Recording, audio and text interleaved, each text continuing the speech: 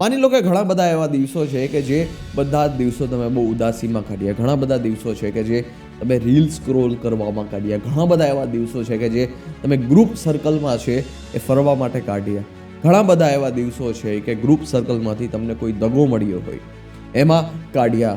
અહીંની વાત અહીંયા કરવામાં તમે ઘણા બધા દિવસો કાઢ્યા. બટ ક્વિક જ્યારથી તમે નિર્ણય લઈ લો છો કે હવે આ વસ્તુ કરવાની થતી નથી, તેથી તમે સ્ટોપ કરવાનું શરૂ કરી દો છો.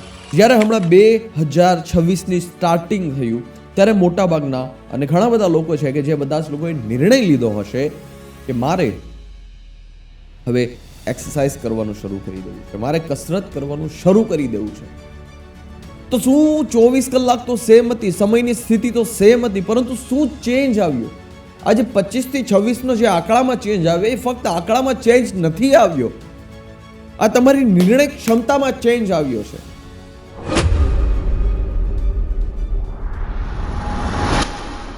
એ વસ્તુ છે જે ક્વિક એનર્જી છે લાવી શકે છે. ક્વિક છે, તમને કોઈ બી કામ તમારે કરવું હોય તમને એક્શનમાં લાવી શકે છે. જો એક્શનમાં આવવું છે અતિ આવશ્યક છે. આપણી પાસે બહુ બધા વિચારો છે તો એનો કંઈ એટલો બધો રોલ નથી. વિચાર તો કોઈની પાસે બી આ દુનિયામાં હોઈ શકે, બટ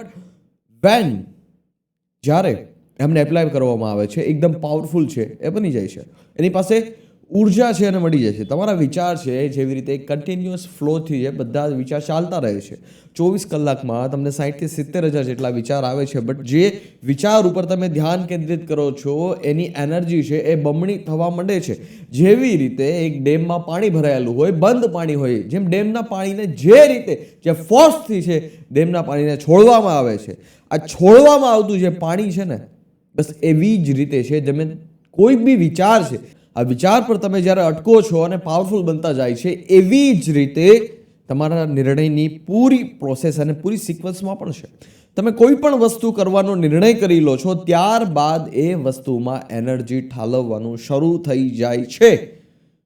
જેમને પણ શક્તિશાળી બનવું છે, જેમણે પણ પોતાના નિર્ણયને દ્રઢ બનાવવા છે, એ બધા જ લોકો ખાસ કરીને એ જગ્યા ઉપર ધ્યાન કેન્દ્રિત કરે કે 24 કલાક મને મળી છે, 24 કલાકમાંથી હું જો 15 કલાક કામ કરું છું તો ઓલવેઝ આ જે 15 કલાક આપણી પાસે બચેલી છે ને એમાં હું ક્વિક નિર્ણય કેવી રીતે લઉં, એમાં મોમેન્ટ માટે પલ માટે તમારે બેસ્ટ નિર્ણય લેવા જોશે કે શું આ ક્ષણમાં મારા માટે સર્વશ્રેષ્ઠ છે, જે કરવા લાયક છે.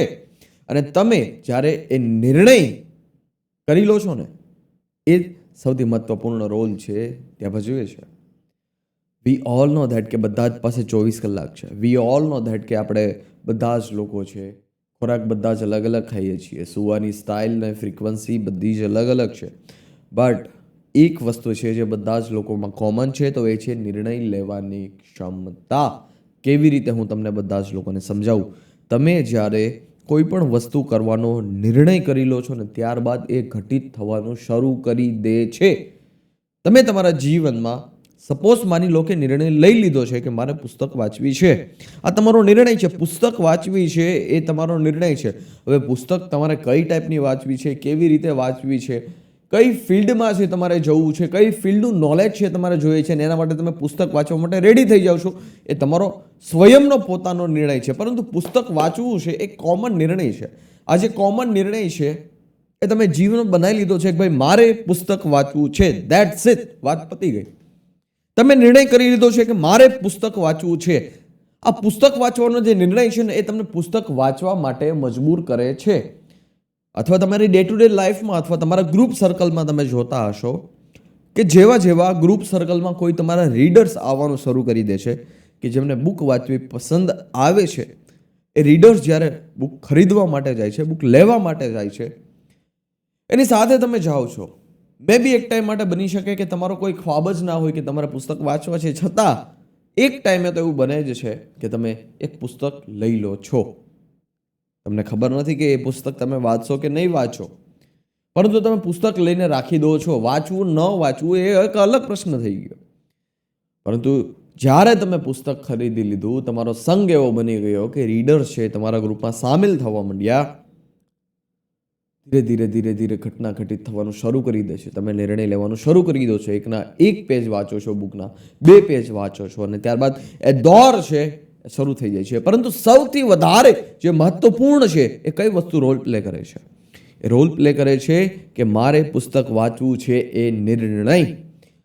જ્યારે હમણાં 2026ની સ્ટાર્ટિંગ થયું ત્યારે મોટાભાગના અને ઘણા બધા લોકો છે કે જે બધા જ લોકોએ નિર્ણય લીધો હશે કે મારે હવે એક્સરસાઇઝ કરવાનું શરૂ કરી દેવું છે, મારે કસરત કરવાનું શરૂ કરી દેવું છે. તો શું 24 કલાક તો સેમ હતી, સમયની સ્થિતિ તો સેમ હતી, પરંતુ શું ચેન્જ આવ્યો? આજે 25 થી 26નો જે આંકડામાં ચેન્જ આવ્યો એ ફક્ત આંકડામાં ચેન્જ નથી આવ્યો, આ તમારી નિર્ણય ક્ષમતામાં ચેન્જ આવ્યો છે. ફર્ક શું પડ્યો? 25માં પણ 24 કલાક હતી ને 26માં પણ 24 કલાક હતી. આ 24 કલાકમાં ડિફરન્સ નથી, એક આંકડાનો ફર્ક છે માત્ર, એનાથી વધુ કશું જ નથી. પરંતુ જે આંકડાનો ફર્ક છે એ તમારા જીવનમાં એ આંકડાના ફર્કે તમને મજબૂર કર્યા એક નિર્ણય લેવા માટે કે મારે ફિટ થવાની જરૂર છે. અને તમે ડિસિઝન લો છો કે નહીં, મારે ફિટ થવું છે. અને એટલા જ માટે કે જ્યારે વર્ષની શરૂઆત થતી હોય ત્યારે મોસ્ટ ઓફ ડિસ્કાઉન્ટ છે તમને જીમની મેમ્બરશિપમાં છે એ મળવા માંડે છે. એમાંથી કેટલા લોકો કરે છે, કેટલા લોકો નથી કરતા, એ પછીની વાત છે, એ પછીનો નિર્ણય છે, એ પછીનું એક ડિસિપ્લિનનો દોર છે. અને પછી એના જીવનની જે સંકલ્પ શક્તિ છે પણ ત્યાં પણ એ આધાર રાખે છે. પરંતુ આજની જે આપણે વાત કરીએ છીએ, આપણે નિર્ણય ઉપર વાત કરીએ. જ્યારે કોઈ પણ વસ્તુ આપણે કરવા માંગતા હોય, જ્યારે આપણે એમાં પૂરેપૂરી એનર્જીનો ફ્લો આપણે વહેલાવી દઈએ છીએ અને કે હવે આ વસ્તુ કરવાની થાય છે અને ત્યારથી તમે કરવાનું શરૂ કરી દો છો.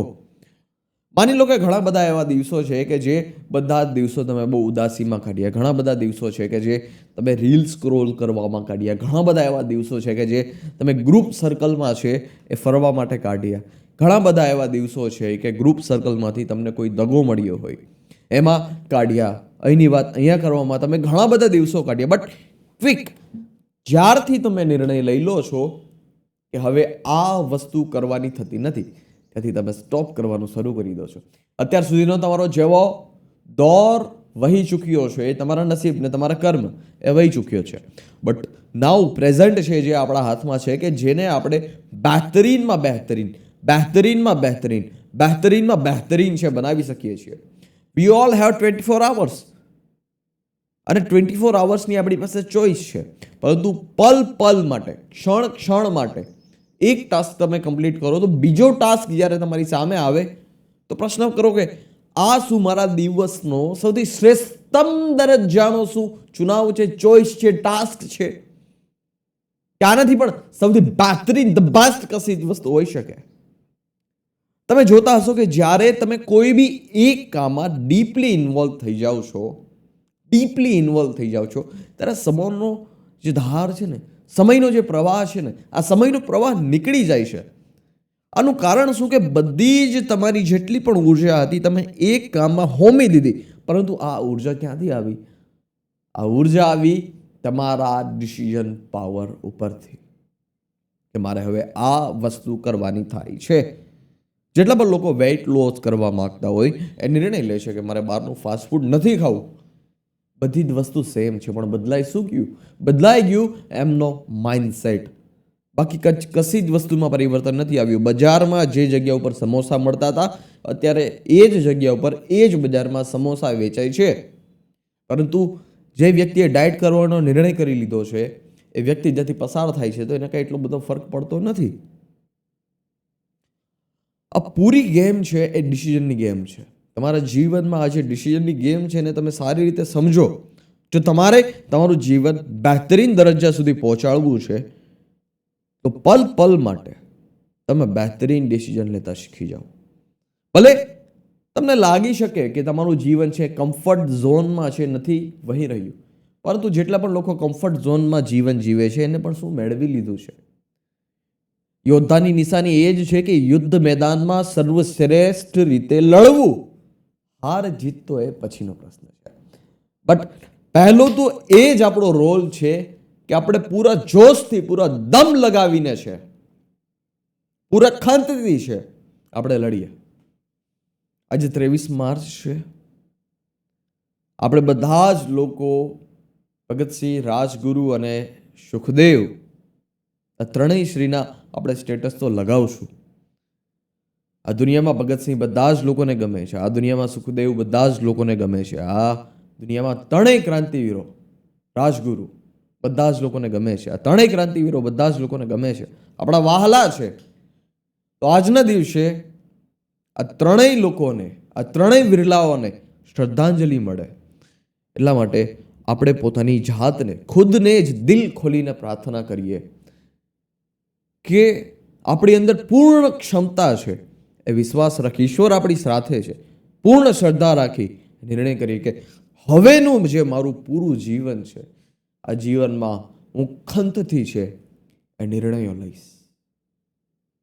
પલ પલ માટે, ક્ષણ ક્ષણ માટે શું બહેતરીનમાં બહેતરીન થઈ શકે છે એ વસ્તુ હું કરવાનો પ્રયાસ કરીશ. નહીં, લગાતાર શીખવાની દોર છે એને હું જારી રાખીશ. લગાતાર જે ભારત દેશની ભૂમિ છે, એના ઇતિહાસમાં લગાતાર જે ક્રાંતિની આગ છે એ બરકરાર રાખી છે. આ ક્રાંતિની આગને છે હું બરકરાર રાખીશ. ભલે મારે અગ્નિમાં હોમવું પડે તો હું હોમી જઈશ, પરંતુ જે સર્વશ્રેષ્ઠ છે એ જ હું કરીશ મારા જીવનમાં. હું મારા જીવનમાં મારી જાતને તપાવીશ અને મારી અંદરનું જે સૂતું પડેલું વ્યક્તિત્વ છે ને એને ખીલાવીશ. શક્તિ બધા જ પાસે છે. નિર્ણય શ્રેષ્ઠ દરજ્જાના લઈએ, આપણા કાર્ય પણ એવા જ થશે. તો મળતા રહીશું આવા નવા વિડીયો સાથે. ધન્યવાદ. જય હિન્દ, વંદે માતરમ. અને ખાસ કરીને મારો આજનો આ વિડીયો છે યુથ સુધી, યુવાનો સુધી મારો આ સંદેશ જરૂર પહોંચાડશો. ધન્યવાદ. જય હિન્દ, વંદે માતરમ.